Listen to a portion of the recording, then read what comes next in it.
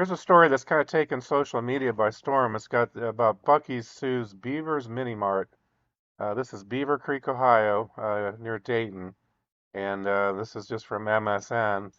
But yeah, they basically filed a federal lawsuit against Beavers Mini Mart in Beavercreek, saying they're alleging that their mascot is too similar to their own.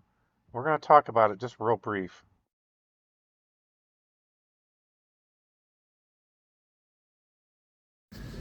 All right, I just wanted to weigh in a little bit myself on this whole Beavers Mini Mart controversy, which I find kind of ridiculous. I'm probably going to do a little bit longer video, but I just wanted to do a short take on it.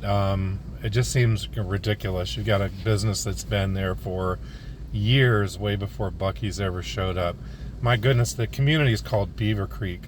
If anybody knows anything about Beavercreek, it was named after Beaver Creek, which actually flows through the area, and people settled there like in the late 1700s. I think Beaver Creek Township was founded in 1803.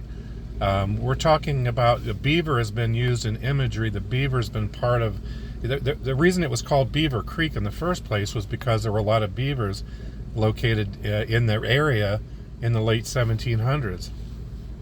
So the beaver has been part of imagery in this area, not just this mini mart, but in this area for over 220 years. So I find it ridiculous that we're even talking about a lawsuit now, that they're suing this mini mart over, or they filed they want a response, I think by August 19th or something like that. I'm not saying it's an actual lawsuit yet, but I guess they're putting one forward, I guess, is the way I understand it. But I feel like the whole thing is ridiculous. And there's a lot of backlash. I think there's a GoFundMe started now. I believe this Friday there's a buy-in, I think they call it. Instead of a boycott, they want people to show up and spend money at the mini mart. And we got a really loud truck. Oh, yeah. But, yeah, so I think that's scheduled this Friday. Today is what? August the 4th, Tuesday? Let's see, Thursday, Friday. I think that makes it August 7th, right? Something like that. But there's a buy-in. You're going to see it all over Facebook. And I really kind of hope this goes nationwide. I know it's kind of a regional thing, but I wouldn't expect that this is only going to happen here in this area. And it's not 100%... it's not a straight comparison, but I remember a year or so back that there was another YouTuber, Penguin Zero. I hope I'm saying that right. Penguins Zero is how it's spelled. But I think he was doing a stream, and there was like a hurricane that was affecting the Tampa, Florida area. I think he used like a few seconds of footage from, I think it was Reed Timmer's stream, broadcasting the weather in that area, in his area that he was in, and it's pretty much like a fair use of it. He wasn't like trying to live stream the whole broadcast, and I think he had papers. This Penguin Zero had papers filed against him.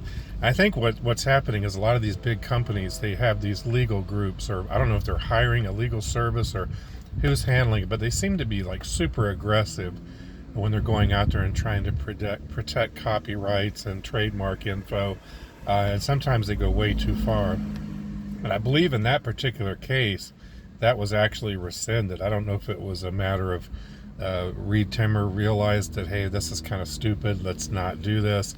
I think when people looked at it and saw what it was, they backed away from it. I'm kind of hoping that the similar thing happens here, that somebody at Buc-ee's looks at this and realizes, oh my gosh, Beaver Creek Township was founded like May 10th, 1803. Gosh, wow, that's 223 years ago.